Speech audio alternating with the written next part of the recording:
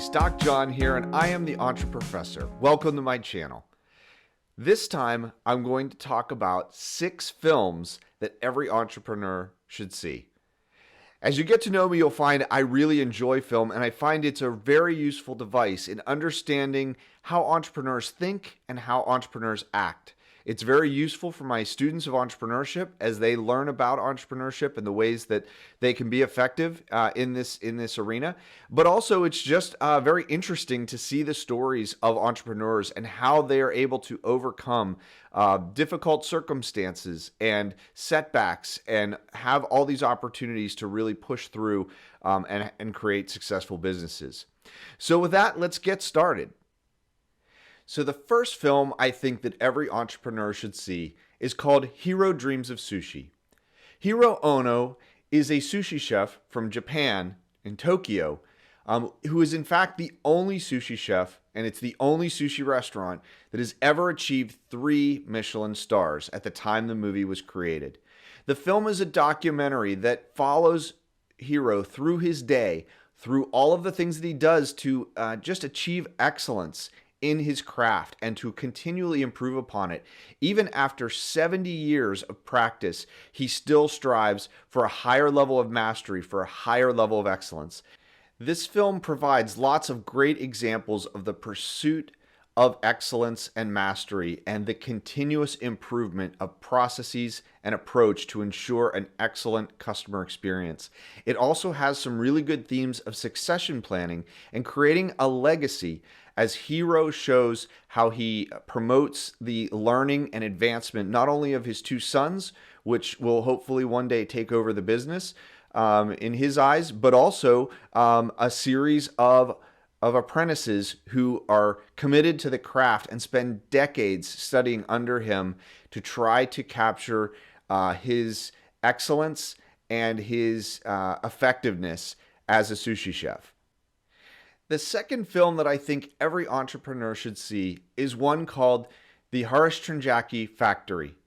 This is the story of Dadasaheb Phalke, known as the inventor of Indian cinema, really the initiator of what is now known as Bollywood.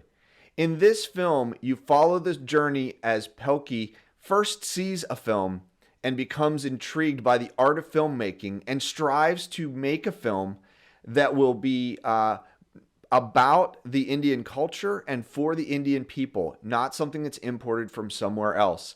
And because he knows absolutely nothing about filmmaking at the beginning, he seeks to learn anything he can. He sells almost all of his possessions to be able to pay for lessons and books and anything that will help him to learn, and ultimately travels to Great Britain to study under some of the leading filmmakers of the time so that he can then come back and produce films for his own people and in his own place.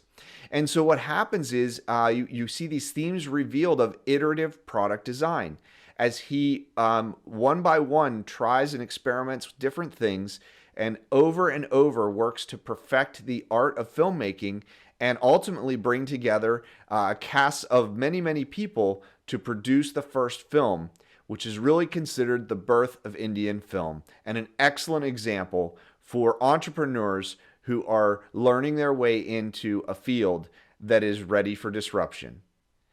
Number 3 is the Netflix documentary called She Did That, directed by Renee Blewett.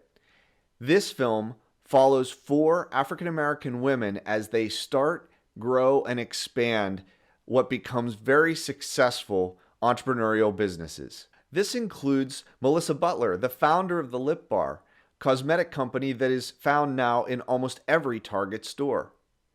Also, Lovey Ajaya, a best-selling author and also a digital media expert who's inspiring entrepreneurs everywhere. Tanya Rapley, the inventor of the Money Manual, a famous blogger, author, and public speaker. And Lisa Price, the founder of Carol's Daughter. This film effectively addresses important questions and issues related to diversity in entrepreneurship. It highlights highly effective entrepreneurs overcoming all barriers to drive for success, but also acknowledges that some of the barriers that these women are facing are those that really they shouldn't have to face. And many of the systemic limitations that women and minorities still face as they seek to launch and get funding for successful entrepreneurial businesses. Number 4 is Moneyball, starring Brad Pitt. This is the story of Billy Beane, the general manager of the Oakland Athletics.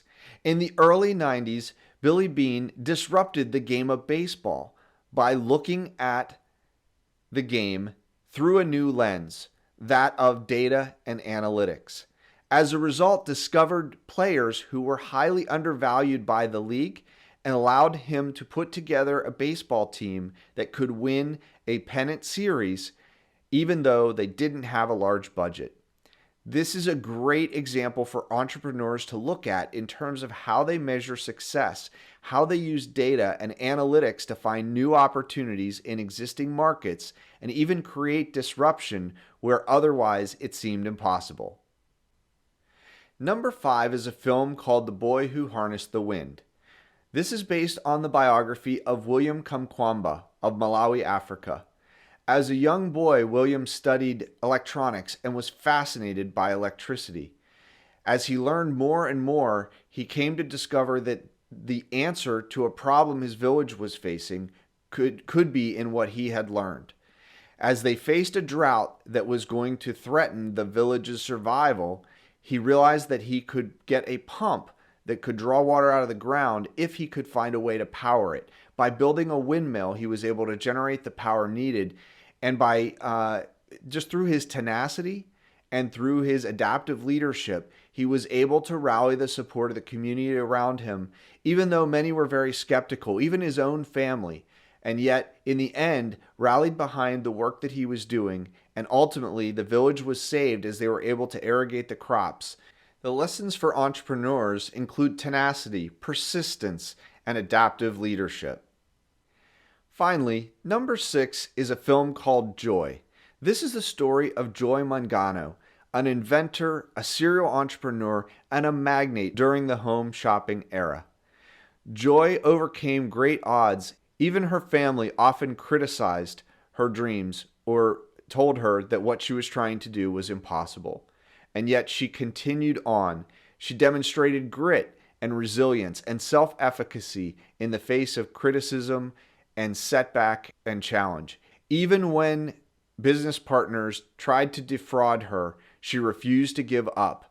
Even on the edge of bankruptcy, she kept going. This is a very powerful story for anyone who is an entrepreneur or aspires to be. So whether you're an entrepreneur, you want to be an entrepreneur, or you teach entrepreneurship, these are some great examples of stories that can help to fuel and inspire the imagination. So sit back, grab your popcorn, and tune in to these great films.